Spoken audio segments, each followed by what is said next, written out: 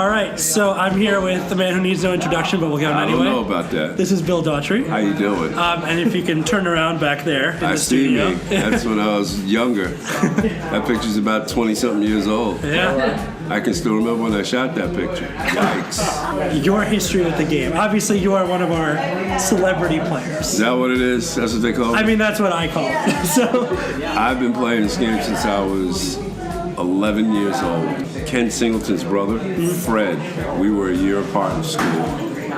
And one day, me and Fred were always talking baseball. One day after school, he says, come by my house, you gotta see this. And he breaks out the game, dice and cards, and we played right on his front steps because we couldn't go in until, mom or dad got home.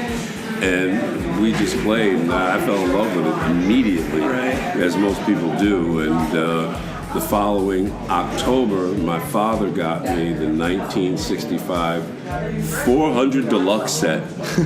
And I mean, the rest, as they say, is history. I've been playing forever. I play all the games, not so much college football, but I play football, basketball, hockey, baseball, of course. And over the years, I've been blessed enough to do some projects for the company. Some of the stadiums that you see in the baseball game, I took the pictures. Oh, wow. I don't know if you swapped out Fenway Park, but that's my shot. The nighttime shot at Yankee Stadium, that's my shot. Right. There are some others in there also. So, it's nice to be able to give back to a game that's given me so much. I mean, it really has. How much would you say it influenced your passion for sports in general? Well, more than my passion for sports, it taught me a lot about players. It taught me a lot about mathematics, just in the simple computation of batting averages, earned run averages, on-base percentage, all these minute percentages that we don't think anything of now. You just used to beam them up on your PC or your handheld device or whatever.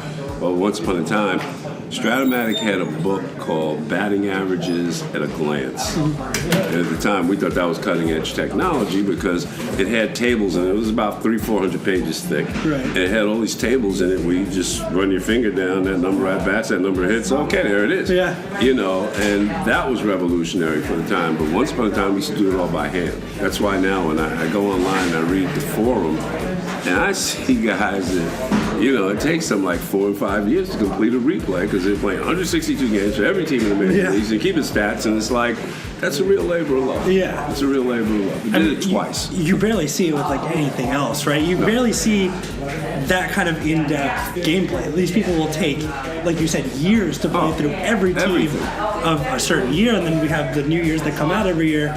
People have been waiting for specifically 1949 for a long time, too. Yeah, that's coming out this year. That's good. Years ago, I was always on Hal about, when are you going to do 64 Super Advance? When are you going to do 64 Super Advance? Come on. And it took about 20 years before he finally got around to doing it. But I mean, now those cards are dog-eared because 64 was my original first set. Right. I've since disposed of it, but still in all, it's a little nostalgic for me. But in addition to math, you learn how to spell every major city in the United States.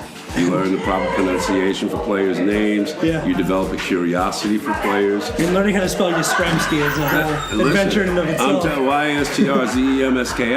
Now, I'll tell you what, because of Strat-O-Matic as it's currently constituted, I've learned my computer skills because of the game. Because I always have up-to-date, state-of-the-art PC for the game, and it extends in so many other areas, but I'm pretty computer literate because of Strat-O-Matic. Yeah. So I mean, it's paid tremendous benefits and dividends for me. And also, as a young sportscaster, I would play games. I didn't so much do play-by-play, but I would write up the games that I played. I'd do a description of the games that I played. So I mean, what do I do now? Yeah. So it's benefited me in many ways. So take note, aspiring sportscasters. Oh yeah, it'll help. It's a great tool. Think about it. What better tool is there for learning the tendencies of players? What better tool is there for learning about the fielding ability, the running ability of players? Yeah. I mean, it's not going to tell you about velocity on pitches or anything like that, but You can learn a little bit about the endurance of pitchers through Strat-O-Matic. Yeah. So, I mean, it's a great tool. And what's really great about it is it's not just baseball. Baseball is the main game, the meat and potatoes, but I find the same amount of pleasure in football, in basketball, in hockey. So, I mean, it's like I just enjoy the game. Thinking back to that 64 since I know it was your first one. First one. Are there any, particularly special players to you that stick out in your memory as this one was the guy when I played the game? Well, Willie Mays will always be the guy. And he performed well for me. Sandy Koufax did not. He was the other guy. Okay. I find that most left-handers in Strat-O-Matic, I don't know why, they just don't cut it, especially in draft leagues. They get killed. Chin, the pitcher for the Baltimore Orioles, I have him on a team now that I play, and he's just destroyed. So, but I played an 82-game replay with all the teams, and I developed a real love for the Baltimore Orioles. I mean, I knew about the Yankees. I'm from here. Yeah. But the Orioles and the Giants played in the World Series in that first replay, and the Orioles manhandled and beat them 4 straight. But still, Willie Mays is my all-time favorite player. Anytime, any place, wherever. I'd have to say Koufax is a close second. Then you get into, I'm more of a National League guy than an American League guy. And we were always blessed here in New York because we had 2 teams.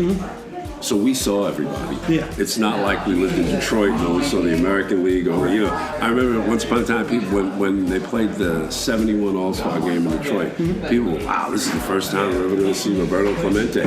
Can you imagine that now? Yeah. And people really had a hard time with interleague play. Come on, man. Yeah. You got to do that. It's good. It's really good. In terms of the new sets, so either any of the new sets coming out 2016, Heroes 1 or 2, 1949, are there certain players that you're more excited for? Like, for example, everyone who I've asked this question to today, Gary Sanchez. Everyone wants to see Sanchez. I do want to see his card. He looks like an exciting player. He is like an athletic Johnny Bench. And Bench was pretty athletic when he came. Yeah. He really was. Yeah. I really want to see his card. I was excited a couple of years about Tanaka. So excited that I was, I got the Japanese set from that year when he was, 22-1 or something like that. In the Nippon Professional League. And it was like, you got to see this guy. You got to see this guy. This card is great. This guy is great. And that even got me into Japanese baseball because now, every year I update my stadiums, and I actually did a full set of Japanese stadiums. So, I was going nuts trying to find the right Yokohama because they have triangular lights in the outfield. Really? And finding the perfect shot, and I got high standards with my shots. So, but again, that's just some of the adventures that you have with this game. And I can remember going to Arlington Stadium for the first time. Not Turnpike Stadium, but where the Rangers play now. Rangers Ballpark, as it was, Globe Life Stadium. And I mean, instead of it being a picture on a computer screen, I actually go there and I fell in love with the place. You can go, back then they had a manual scoreboard in left field. And I'll never forget the girl who was running the scoreboard at the time. She had gloves on because it was so hot and the number plates were metal. Oh, wow. So she had to do that. They have a Hall of Fame exhibit in right field. Right. I mean, a traveling Hall of Fame. What they call the grassy knoll. Yeah. Well, you know that big long building out there behind it? Yeah. You get snow cones out there. It's great. These are the things that you learn about. You see these things and you actually get to experience them. So that would be number 1 in your heart in terms of ballparks? No, Yankee Stadium, Dodger Stadium. I've never been to Wrigley Field. I think I'm going to go there this summer. Okay. I think this would be the time. I might try it out this summer. There are very few stadiums I haven't been to, and I'm amazed at the number of stadiums that I have been to. And a lot of the places are no longer there. Right. But they live forever on my PC because of Strat-O-Matic. Nice. I mean, I know what you do, but tell the folks at home. I host a radio show on 98.7 ESPN Radio in New York City. You got to get up early in the morning, though. I'm on from 5 to 6 Monday through Friday. Then I'm on from 7 to 9 on Saturday and Sunday. I also do a public affairs show there called New York Sports and Beyond. We get into some really interesting things.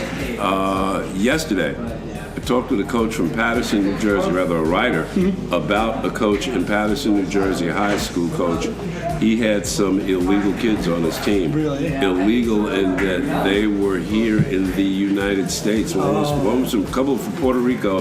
The other ones were from Nigeria. Oh, wow. And he had signed himself up as the legal guardian for these kids, and somebody blew the whistle. And this is in Paterson? He's in a mess, yeah. Okay. Eastside High School in Paterson. So wow. we do that. We also do jazz on Friday afternoons. When I leave here, I'm going to WBGO in Newark. I'm there from 4 to 7 on Fridays. So That's awesome. I keep working 6 days a week. Yeah. Thank you so much for taking the time to do this. I really appreciate it. This is cool. I know whose office this used to be, I would say. The best part is he hasn't seen it yet. He hasn't seen it yet. So we're definitely going to film his reaction to it. Don't go nuts if he's not, because he's not a real demonstrative guy. Well, you know no, that. I know. I'm just saying. Just saying. I've only heard tales. Oh, I haven't. You've never met him? Never met him. Oh, you're in for a treat. I'm very excited. Let me tell you, from the things I've heard, I'm like itching to meet him already. But hopefully he appreciates what's been going on. I will set him up and let him know that it's a cool place. Yeah. I was trying to get him to come here today. Right. But the snow and he's an old knucklehead. But we love him, and he's our Absolutely. My guy. All right, thank you so much. Dan, pleasure. Good luck to you. You're doing a good job, man. Thank you. You got a studio and all that. Look at him. He's Dan Roselle.